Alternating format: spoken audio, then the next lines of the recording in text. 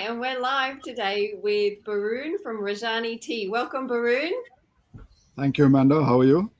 I'm very well. I'm going to give everyone a little bit of an introduction about you and Rujani Tea, and then I'll let you do your thing, okay? Sure. Okay, so Boroon grew up on a tea estate. He's a fourth-generation tea planter. And the estate, Adiobare, sorry if I've said that slightly incorrectly, was established in 1897. And like I said, there's been 4 generations of Boroon's family running this. They have a large focus on innovation and tea research, sustainability, always looking towards the future, and a passion for pure leaf quality tea. Their artisan teas are grown in their farms. They're processed in its own factories that are actually on the farm, and then it comes straight to you. So there's no more middlemen. And their pure passion is really just to bring loose leaf Assam teas to the world. I was lucky enough to meet Boroon in the 2019 BrewIN. If we met before that, I'm sorry. That's when I remember first time. Yeah, that's when we first met. I think we were sitting next to each other. We were neighbors at the last BrewIN, live BrewIN. Yes, I thought so. So we were next to each other, and yes, we were neighbors. And since then, we've actually worked on quite a few joint tea events. The International Tea Day at the Heidi Art Museum, and some curiosity events through Oztix, the Australian Tea Cultural Society. And we've also been working and collaborating on a tea app, which Boroon might talk about a little bit later maybe. So let's begin. I'm going to start with a little video from Rujani Tea, from your cup to our farm, and then I'll let Boroon get on with showing us some of his beautiful teas.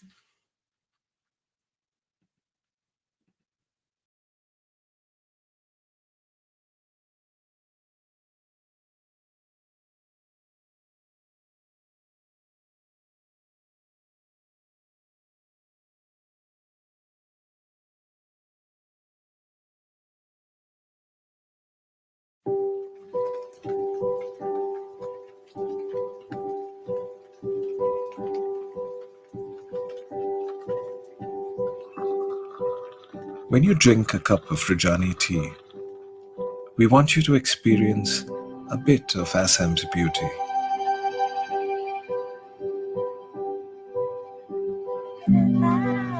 The expert plucking of the leaves.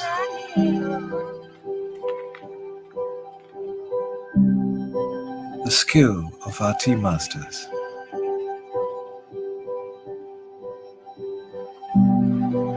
The deep connection with this land and garden.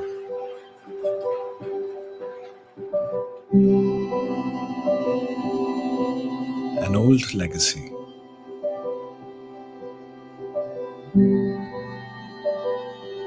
A modern tea.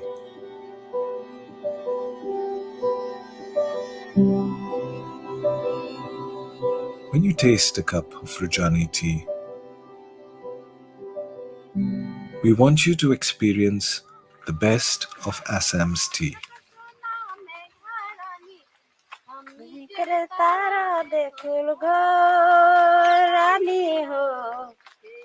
No matter where you are.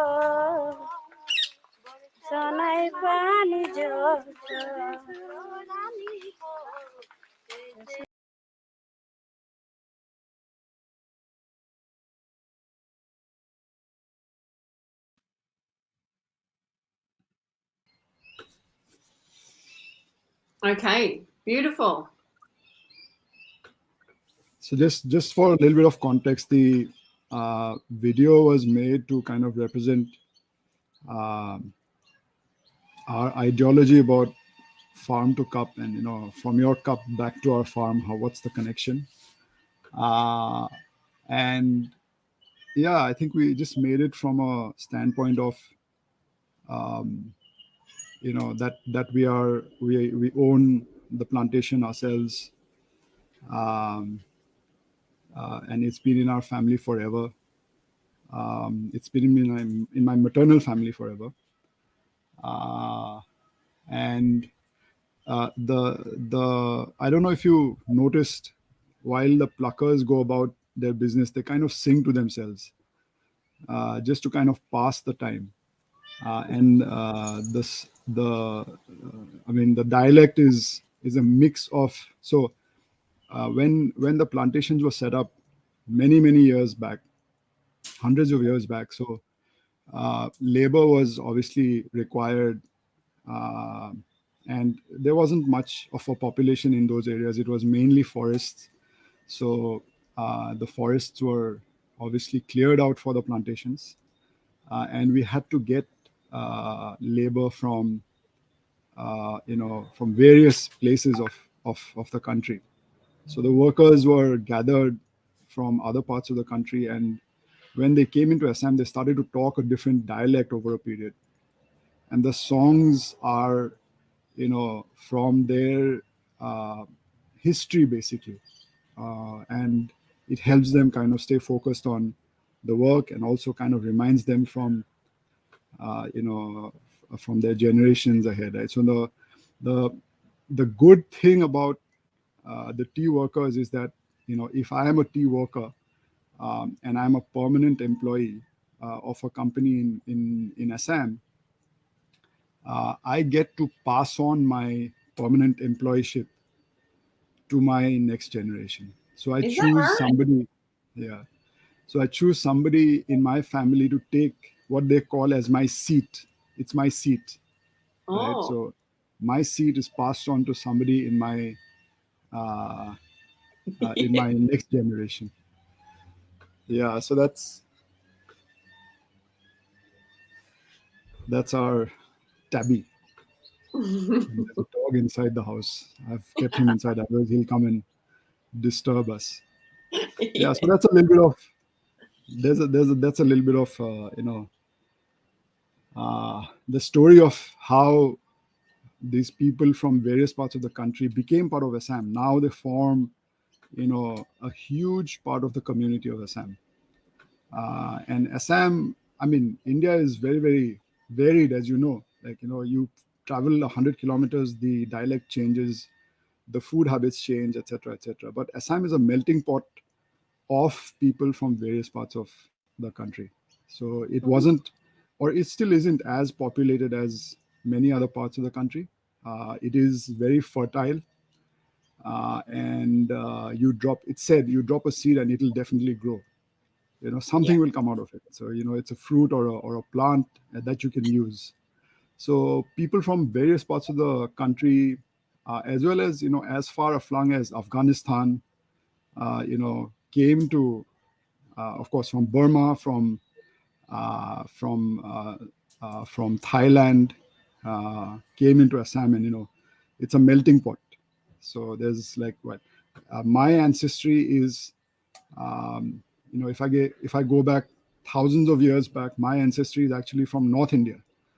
But then, Right. of course, there is intermarriage with the locals, and then you form what we currently have, huge set of tribes called the Assamese, right? So yeah, that's a little bit of geography and history of Assam. Yeah, that's wonderful. Kaishan has a question for you even before we get started. Why is Assam ideal for tea growing? Uh, so first and foremost, like I said, it's a very fertile area, right? So the river Brahmaputra flows from Tibet into a neighboring state called Arunachal Pradesh, then comes into Assam, flows the breadth of Assam, and then flows into Bangladesh and into the Bay of Bengal. So yeah, it's a very fertile land. Anything grows, everything grows. Uh, and tea, the Assamese variety, or Camellia sinensis assamica, grows best and produces best between 28 to 32 degrees Celsius. And Assam has a long humid monsoon, as well as pretty good spring before, and a great autumn after. So it's a temperate climate. From say March until November, early December, the growing conditions are ideal. So it's in the foothills of the Himalayas. So you've got undulating land, so drainage is good, which is what the tea plant likes. And the soil is fantastic, and the environmental conditions are ideal as well. Great. I think maybe there's a little bit more on the different cultivars that are growing in Assam, especially with your state. I'd like to touch on, but I think maybe we should get brewing a tea, and Yeah, sure. anybody that has received their samples that asked for them, I hope you have them. I got mine yesterday, just in time. If you don't have them to brew along with us, please don't worry. They are on their way, Boroon assures me, and you'll be able to get some brewing tips with him now anyway to use them a little bit later if you haven't got them yet. Yeah, so I think you've got 2 teas. Yeah. And the samples that were sent out to the rest of the folks was the signature white tea. Yeah. And yeah, maybe we start with that. And I think Amanda is an expert in brewing this. I think this is one of your favorite teas, isn't it, Amanda? I do love it. It's really lovely. Yeah. So go for it. Okay. Well, how hot do you recommend that I brew it? Because I know what I brew it at usually, but what do you recommend? Yeah. Our whites, we recommend anything between 75 to 80, 85. It's a personal preference. We don't have a strict guide. At the end of the day, what suits your palate is what you should do. But definitely not boiling water. You will burn the leaf. And typically you should boil it for about, you should brew it for about 3 to 5 minutes. If you're brewing it like the Western style, Gongfu Cha, you can boil it for, rather brew it for shorter periods. Again, completely up to you how you like it. So how do you like it, Amanda? I like to push it about 85 to 90 degrees. My water here is close to boiling, so I'm going to cool it down in my fair cup here and just give it a little bit of time. But you're right, you don't want to have the temperature too hot. And so I've probably got, I'll show you here about how much I've got in my little teapot. So I'm probably halfway between a Western style brew and a gaiwan style gongfu brew, just to confuse everybody. Yeah, I think the other thing is, people tend to think that loose leaf tea is very fussy. We probably propagated that for some time. Yes, there is a right way to do it, but then there is many ways to do it as well. So people shouldn't feel that it's prohibitive. You just need a strainer. At the end of the day, you need a strainer and some hot water and a cup. That's all you need. And then you experiment with quantity and, of course, length, duration. If you want a stronger cup, what we recommend is put more tea rather than steeping for longer. Steeping for longer beyond the 3 to 5 minutes for most teas, it makes it very astringent. If you want a stronger cup, a fuller cup, then you add more tea rather than steep for longer. That's what we recommend.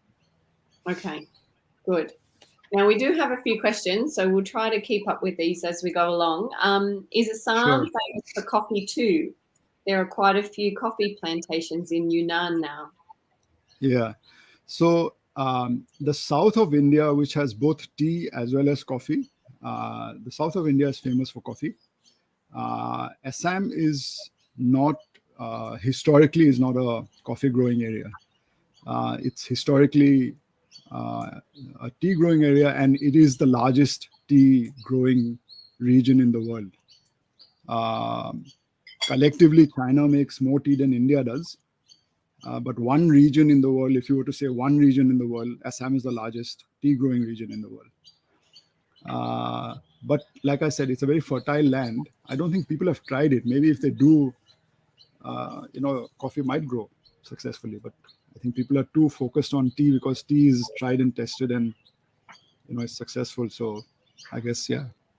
And it's part of your culture for so many years, isn't it? It is. I mean, the second variety that's found is called Assamica, right? So, Camellia sinensis Assamica. That's pride of place for all Assamese people. And the rest of India also, if they drink a cup of chai, they know, definitely a large portion of the tea that they're drinking comes from Assam. Right? Yes. Yeah, but we are trying to break away from the traditional view of Assam being just the chai tea maker. Yeah. Yes. And the fine tea that you have in front of you hopefully is testament to that. Yes, well, I've managed to lose my tea cam. It's disconnected itself. So I'll just use what's in front of me here. But so tell us about this tea. Do you normally rinse your teas? No, we don't rinse our teas. We recommend, like, this has been now is now ready for me to kind of keel over to my so I like it at about 4 minutes, the first steep, and maybe I'll just show you what it looks like once it's kind of brewed completely. Yes, that would be great. So if you see, that's the first steep for 4 minutes. I've got about 5 grams in a slightly large gongfu pot. And although it's white tea, people say, why is it called white tea, right? So it's not like, I don't know, can you see the brew? I can, yes. So this is the golden color. So it's white tea because it's not what we say fermented or oxidized. So we stop the oxidization process very, very quickly.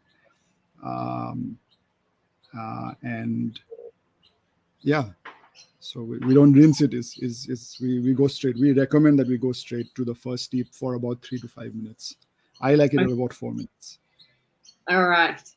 And is this we did have someone asking us what we were brewing. So I'll just mention again, this is the signature white from Rujani's tea collection. And I would like to know what cultivar this is. So signature white, there are we have various cultivars, right? So our bolder teas we make with Camellia sinensis Assamica and Camellia sinensis sinensis. Our white teas, mostly we use Camellia sinensis sinensis. So this one is a Camellia sinensis sinensis.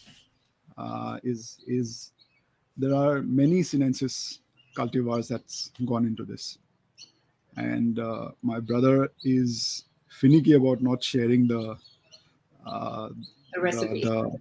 The recipe. Well, that's good.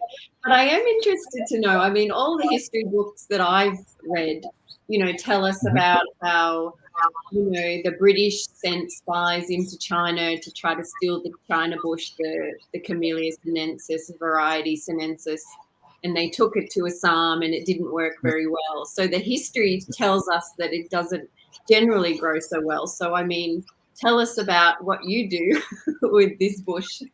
Yeah, so if you look at the differences in the two plants, right? So Assam is a lot more hot and humid than the tea growing regions of China or many other parts of the world, right?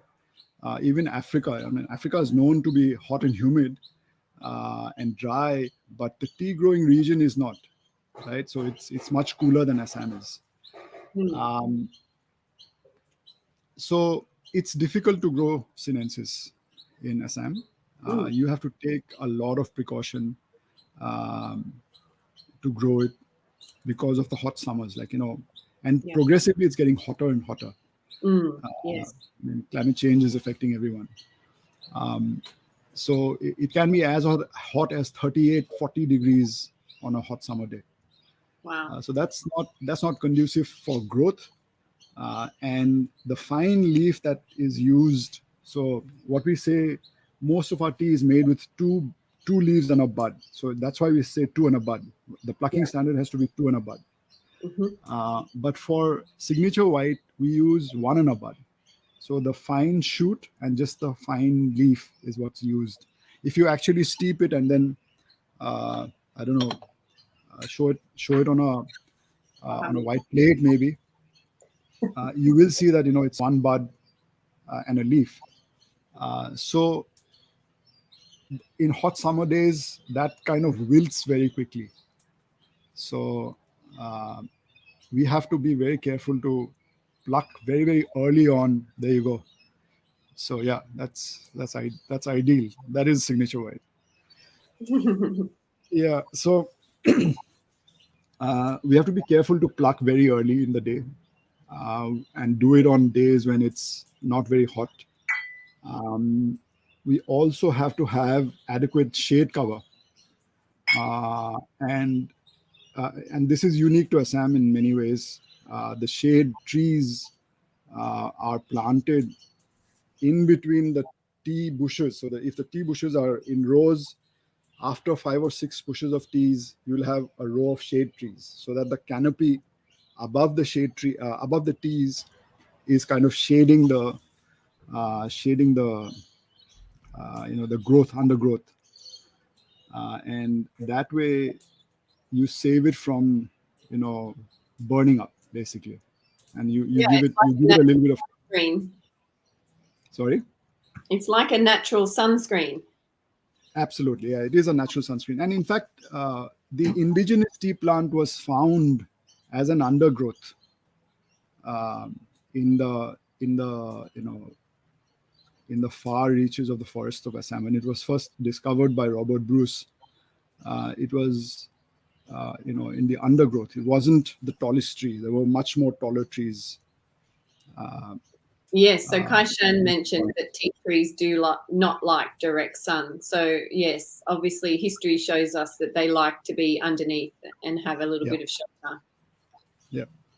So because the plantations were planted with clearing of forests, so obviously you had to, it was done in an industrial style. So you've got rows of bushes, and then to provide the shade, because it's so hot and humid, you've got rows of shade trees as well. And that's how, if it is an Assamica, you don't need as much shade trees.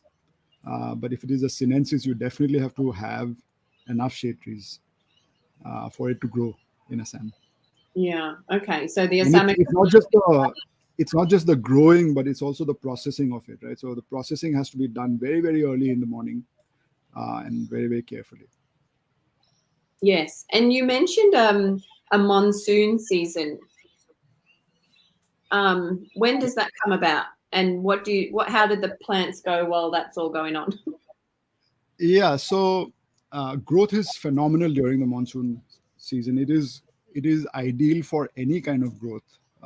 It's hot, humid. There's a lot of water, and the drainage system is such that it's not waterlogged. So therefore, the root system is kind of just getting the enough amount of water. But then the humidity in the air makes the leaf buds bigger. Right. Because it absorbs the moisture, and then it becomes bigger. So quantity grows, quality of tea deteriorates a little bit during the monsoon. It starts in about July timeframe. It keeps changing, right? Between June and July is when it kind of monsoon season there, and then carries on till September, I would say. So Okay. during that period, we don't make, all our fine teas are made before and after that period. So while we do grow teas while we do produce teas and make teas from early March, late February, all the way to early December, our finest teas are made in the first and the second flush. The second flush is the best, which is the spring flush. And then what we call the autumn flush, which is in October, November. Okay. During the monsoons, we make our bulk teas, which is what keeps us alive, really. Yeah. Because the amount of teas that you make through the first flush, second flush, and the autumn flush will not sustain the plantation and the 150 families that depend on the plantation. Right? So if you recall, like I said, every plucker or worker kind of passes his seat to the next generation and the next generation. And like us, we've had 4 generations in the family. I'm sure that there are 4 generations of workers also. And they're also dependent on the same. So thinking of that, we do make a lot of bulk teas that sell in the Indian market. Yeah, it's really important, isn't it? Kaishan asks us how one bud and one leaf make a difference in flavors comparing to the one bud and 2 leaves. Yeah, so boldness comes, from the second leaf. Hey, Bhamini. So the boldness comes from the second leaf, right? The fuller cup comes from the second leaf. And the fineness and the aromatics comes from the finer leaf and the bud. I would say that's the difference. And this is I'm talking from a sense of how we've experienced it with our plantation and on our plants. Hey, Tania. Yeah, so a little bit more delicate. Yeah, it's a lot more delicate. A lot more delicate, a lot more subtle, I would say. I drink white tea all day long. I start with a cup of coffee. That wakes me up. And then I drink this white tea, signature white, all day long. I have heard this about you. It's one of your favorites, right? Yeah, it is my favorite. My wife likes the gold tea the best. My brother likes Tipi Reserve the best. We have all our favorites. But for me, white tea, signature white tea is something that I can just, instead of drinking water, I drink this. And it's so subtle. Yes, I think that's great. Kaishan also said she thought the first flush was best. She's surprised that you mentioned the second was best. Yeah. So first flush. So there is a dormancy period between flushes, and the largest or the longest dormancy period is when we break for winter in Assam. That's in December.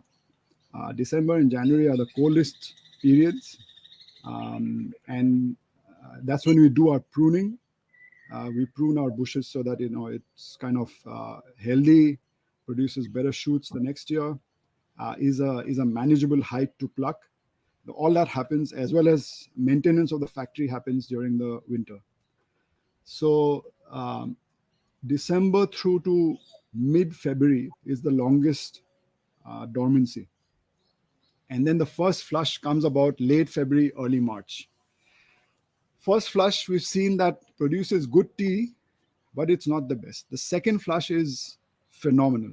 It's the best of both worlds. You've got the right amount of fine leaf. You don't have what we call as banji. Banji meaning the dormant leaf. Tea is you've got two leaves and then the bud, right? So in a dormant leaf, you will have the 2 leaves, but you will not have the bud. It's a small speck, and that does not make good tea. So in first flush, you tend to have some of that leaf. But for second flush to come about, you need to pluck it out. You need to pluck it, and if you're really conscious, you will throw that and not make any teas with it. but it's not always sustainable, right? So you've got to make teas to sustain. So you do pluck that. And second flush, it is very rare that you will get a bungee leaf or a dormant leaf. You will always get the bud, and you will get 2 leaves or 1 leaf depending on your plucking standard. So therefore, our second flush is far better than any other flush, really. Oh, okay. Tania says she prefers the autumn flush. Yeah, I mean, everyone does have. I'd like to speak to Tania and get to know why she does. Maybe we do make teas in the autumn, by the way. Yeah. Smoky ecstasy is mostly made in autumn. Yeah, and I find there's a lot of people that like your smoky ecstasy. Someone I think even mentioned that here too, Kaishan. There it is. Yeah, I mean, there's this there's one of our customers, I think in North Queensland, and also in the Mornington Peninsula here. The amount of smoky ecstasy they consume, I don't know what else they do. The whole time they're drinking tea only, I think. Well, we had Minna Graham on a few weeks back, and that was the tea she pulled out. I don't know if you caught that episode, but there it was. Yeah, I did catch that episode. I'm not live, but post Good. recorded. Now, Kirsten asks, are there particular plant pests that you need to control in Assam? Yes. There are 2 very dominant pests. One is called the red spider, and the other is called the tea mosquito or Helopeltis.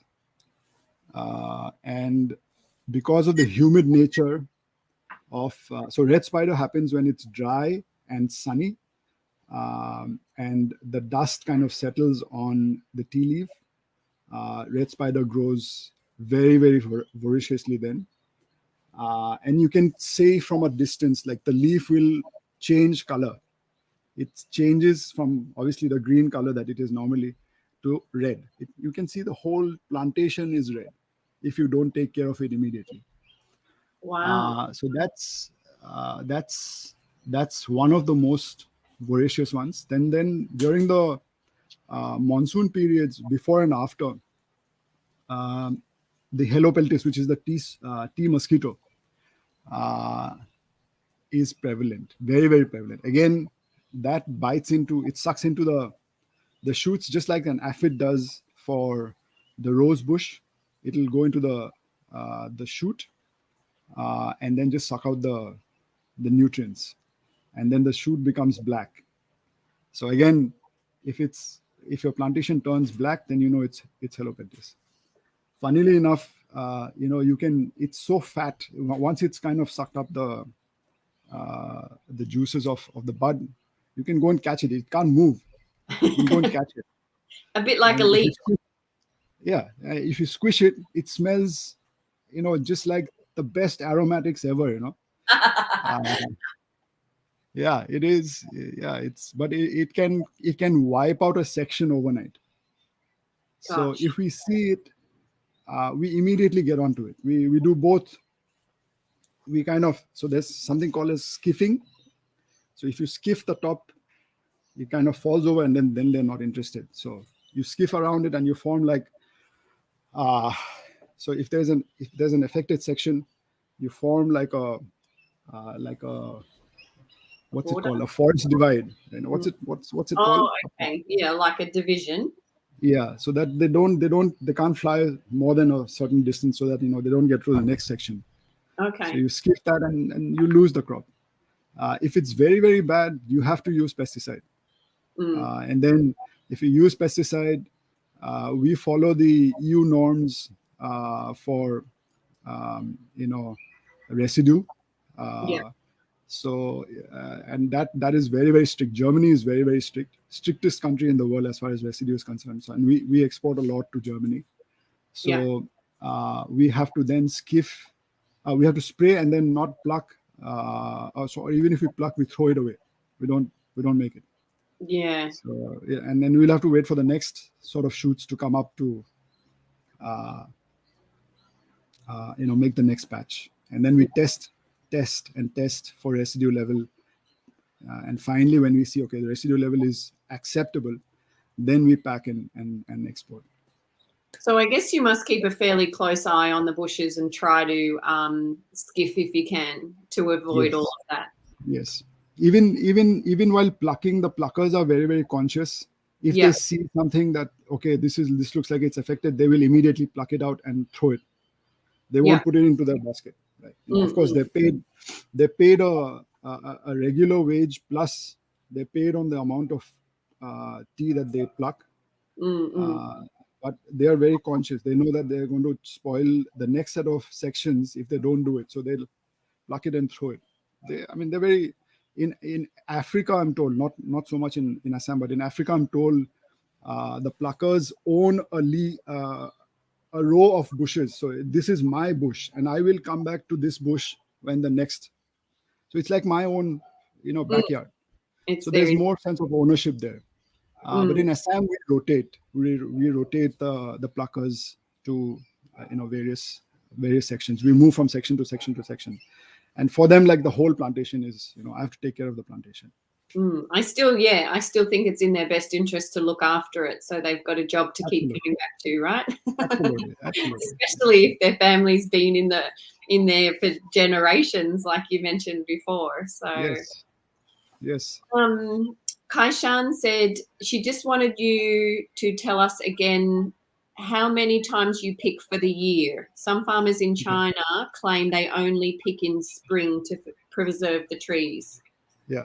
So, you're right, Kaishan. In a lot of places in China, you pick only in spring. In Assam, we pick from March through to first week of December. And our rounds are never longer than 7. So when I say a round, I mean I'll come back to the same bush in that period, right? So our rounds are never more than 7 days. Ideal growth happens at 7 days. Ideal quality happens at 5 days. That's our round. And various plantations follow various rounds. There are plantations that follow 11-day rounds, 13-day rounds, but then they're making stuff that goes into tea bags. And we see that the best balance of quantity and quality is around 5 days. So I'll have to come back to the same bush in 5 days during peak season. Right? And peak season is from spring all the way through to November. Okay. Yeah, so that keeps you really busy.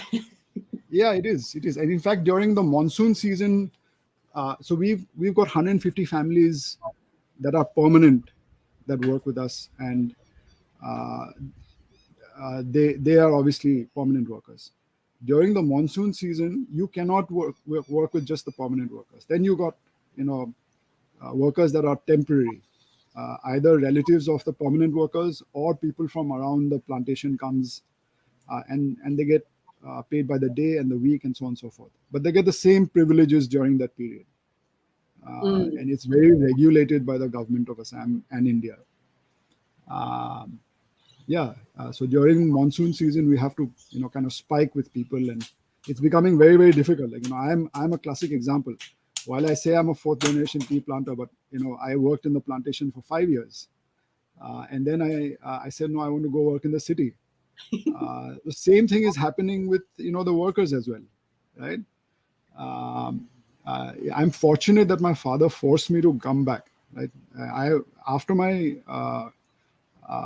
graduation degree, I said, I'm not coming back. I'm going to work in the city. Then my father kind of forced me to say, no, you come and learn the business, and then you decide. So I worked for 5 years, and that actually has kept my connection back to the family and the family way and my roots, right? Similarly, the workers' children also don't want the seat, like I said, and they want to kind of move on to doing something different. So it's becoming difficult to find workers as well. Yeah, I think we don't want to go into using machinery. for two reasons. One, our plantation is 120 plus years old. If we have to go into machinery, we'll have to, uproot and replant all our sections to allow the machinery to work. And secondly, as much as people like to say it doesn't compromise quality, it does. It does compromise quality. When you pluck with a hand, a person that's done it time and time and time again over a period just becomes so much better. Like signature white, we won't let anyone and everyone pluck. Right? Gold, we won't let everyone and everyone pluck. Person plucks about maybe 2 kilos of green leaf when they're plucking for gold in the whole day. So only the best pluckers will be allowed to pluck for signature white and for gold, right? Yeah.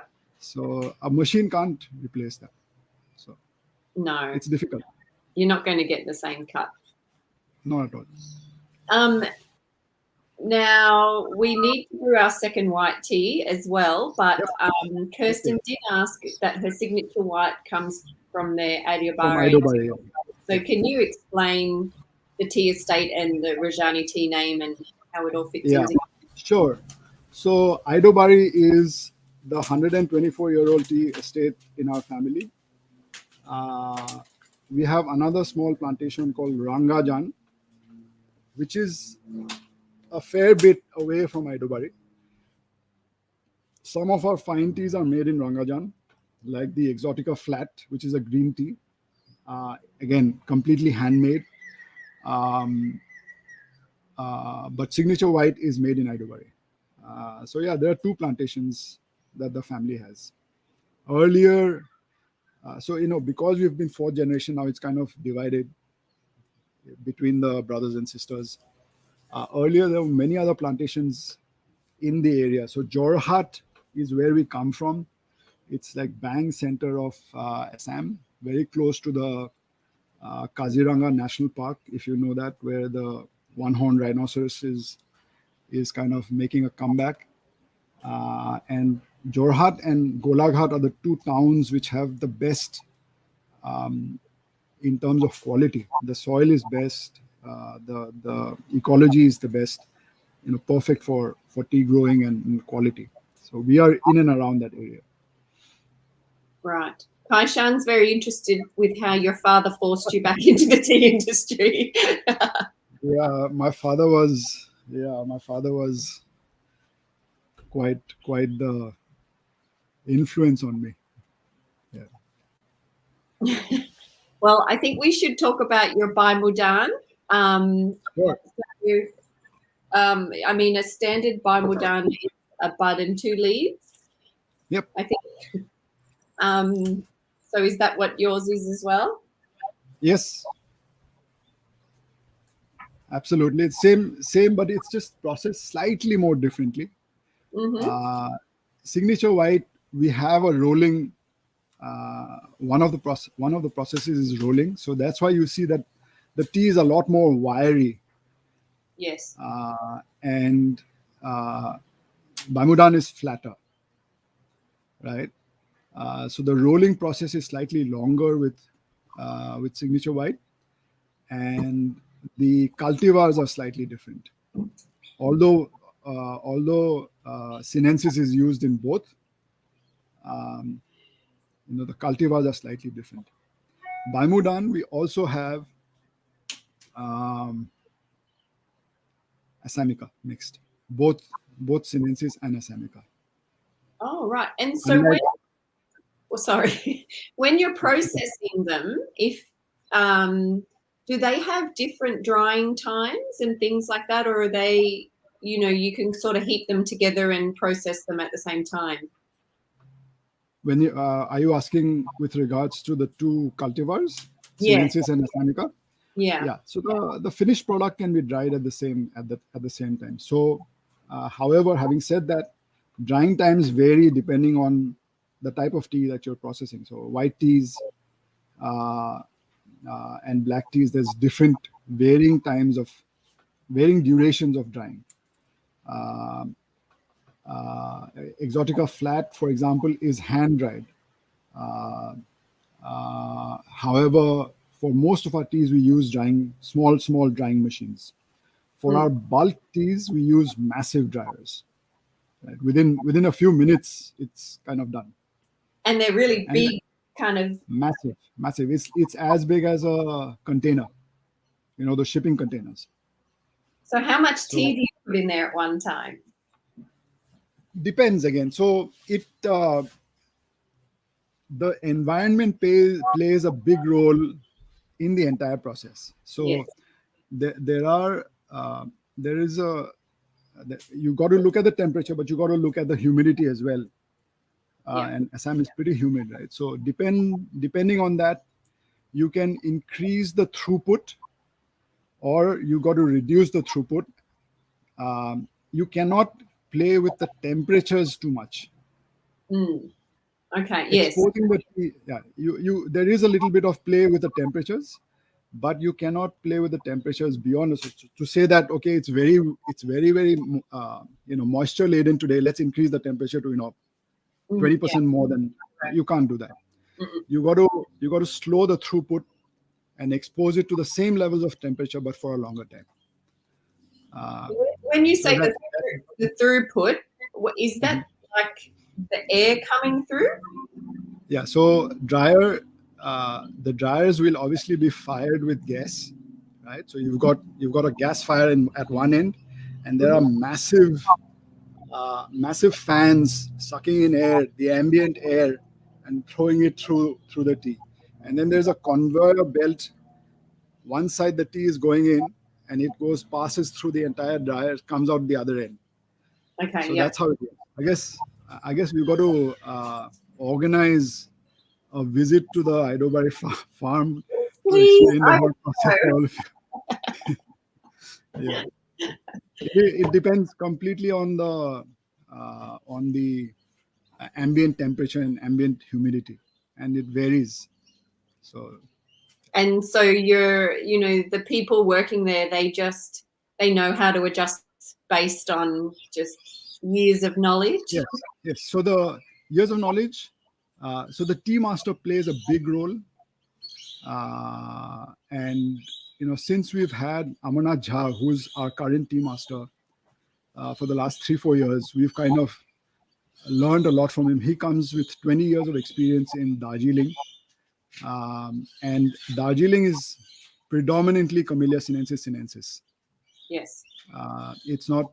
There is Assamica as well, but predominantly it's sinensis. So he brings with him a wealth of knowledge of making these fine teas, and we are kind of learning a lot from him. I'm kind of dying to go visit again, because I haven't been able to go since 2019. So Tania, when we do go next, you're most welcome to come along. Oh, that's nice. So here is the Baimudan liquor that I brewed. Oh, I can see myself upside down. So I love this tea as well. I love the leaves as well in it, not just the buds. I think here the difference is signature white is very subtle. Like I said, you can drink it all day. Baimudan is a little more floral. It's a little more floral, and again, you can drink it all day. But almost fruity as well. Very, very fruity and floral. It is just, you could drink it all day. It's just one of those nice ones, and I think it would be nice in iced tea as well, because it's sweet too. I would recommend cold brew rather than iced tea. That's what I meant. You can do it. You can do an iced tea as well, but a cold brew is probably, you will extract the best of the leaf. Yeah. And I think because it's got quite a natural sweetness to it, you wouldn't need to add sugar or anything. It'd just be a beautiful, refreshing, cold brew tea. Absolutely. Now, we did have a video we were going to show about your gold. Yes. Go for it. I'll brew gold while you show the video. Okay, well, I might keep... Oh, okay, and then you can talk about it when we come back. So I will take us off. and start the little video.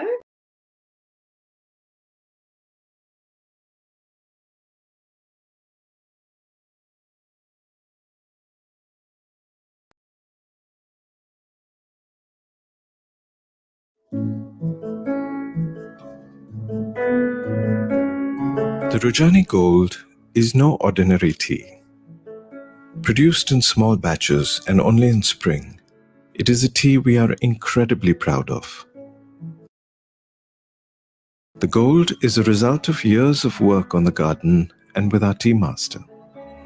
To make this tea, we harvest from a special section of the garden where the Chinari tea varietal has been planted. This varietal makes flavorful teas, but needs greater care and attention to thrive in Assam, with its hot and humid summers. We choose the cool months of spring to make this tea, plucking very early in the morning. Only the succulent, unopened buds are selected to make the gold, and care is taken to ensure every bud remains intact through the processing of it. To steep, take 3 grams of gold per cup. Use boiling water. We recommend at least 3 steeps for this tea. For the first, steep for about 5 minutes. You may increase this by a minute for each subsequent steep to enjoy the subtle changes in flavor.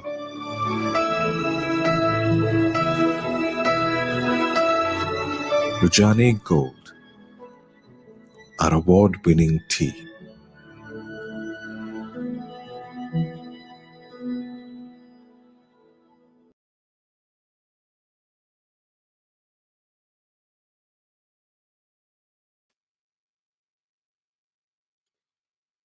Great. Thanks. So I'm brewing the tea as the video kind of started. Yeah. So gold again is made with 2 very famous China variety that was propagated in Assam. They are from 2 plantations called Panitola and Nokroi. Originally, the varietals, they're called P126 and Nokroi 426 and N426. How they are named is very unique. So Panitola obviously gives the first alphabet P. 126 is from section 1, row 2, 6th bush. That's how they kind of name these clones: Panitola 126 and Nokroi 426. But they are China variety. They have taken very well to, because they've been obviously propagated for decades now in Assam. They've taken very well to the Assam weather, and it's just the bud. We only pluck, I would say, a few hundred kilos of green leaf for this, and then we obviously produce very small quantities of the finished product. And currently this year we've not been able to produce gold at all. So whatever is available online, I think we're down to the last few boxes, is from last year. Hopefully, fingers crossed, we'll be able to produce gold again next year. So was that due to COVID or something that you were not able to produce this year? Yeah, because we've had lockdowns there as well. Yeah. And we couldn't pluck during the period, so therefore we had to slash. The leaf, and then it's a very short window during which when you can produce gold, and that window was passed, so we couldn't produce any gold this year. So all the gold tea lovers, I'm sorry, you won't have this year's stock available. Maybe next year. And Boroon, is there anything about the Bai Mudan you want to talk about particularly? I mean, it is the classic Bai Mudan. It is, it's fruity and floral. It's meant to be peony. The aromatics of peony coming through. It does it's not as prominent as what you would find in a Chinese Bai Mudan. Well, obviously the weather conditions are different. Yeah. But it is something that we won a silver medal for at the last Golden Leaf Awards for a white tea. So we are absolutely thrilled that one of our white teas against such competition could win an award here in Australia. We haven't entered it into any other awards like we've done our Tippy Reserve, which kind of wins awards wherever it kind of plays in. And Emerald Green Tea is also something that we kind of enter into awards and we kind of win in the green tea section. But white tea, this is the first time we entered Bai Mudan and we won. We never expected it, to be honest. And both my brother and I are, as well as Amarnath. Amarnath, I mean, he's confident that it's probably one of the best white teas in India, because he's seen quite a few white teas being produced in other parts of India. But if you ask me, signature white is still my favorite. Of course it is. Now, we are sort of running out of time, but I do want to touch on the old Assam's seed variety and what's happening, because I know that's a very important part of what your tea estate is doing at the moment. So I'd like to touch on that. Yeah, so in the 1950s, Tuklai, which is the Tea Research Association, the oldest tea research association in the world, is in Jorhat, kind of focused on making clonal varieties. And the first one that was made was TV1, so Tuklai variety 1. Very, very high quantity focused and somewhat quality focused. And then there are other TV varieties which are a balance of both quantity and quality. Everybody got onto the bandwagon to kind of replant their old bushes and sections with these Tuklai varieties and some of the other varieties that other tea gardens also produced. So one of my brothers-in-law used to work for the Dumduma Tea Company. He was a botanist. He produced MK1. That became like a very popular clone for quantity.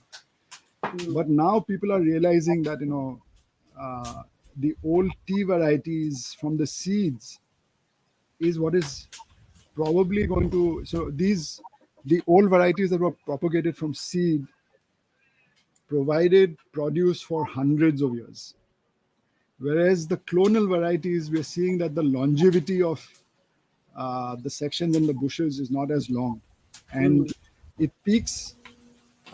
Quantity peaks, quality is forsaken, and then it kind of declines very, very quickly.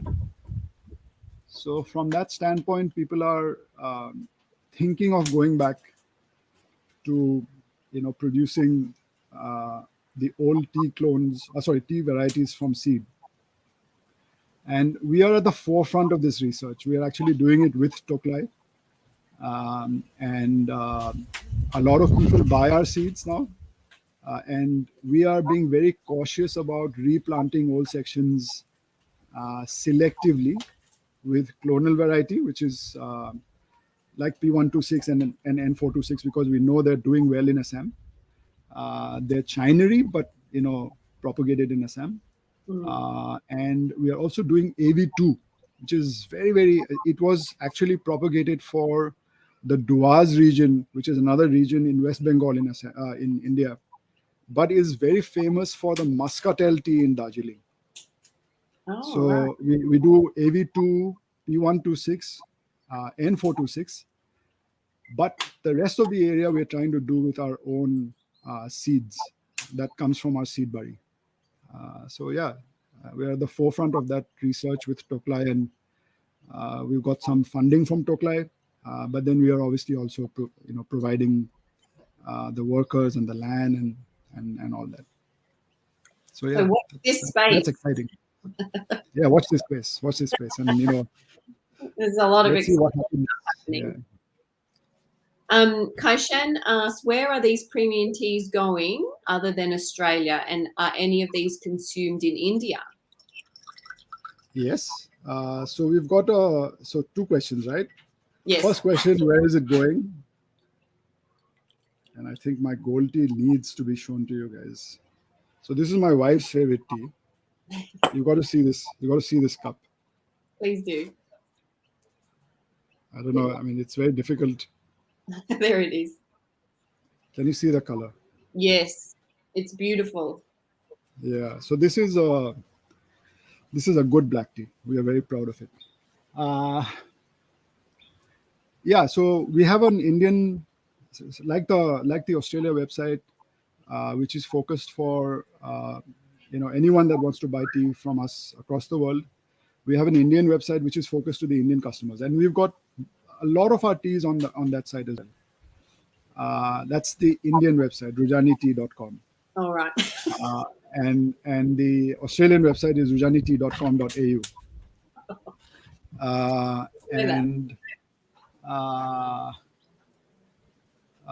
So in India, a lot of the teas are available. In small batches, we export to a lot of European countries, and we also export to a few buyers in America.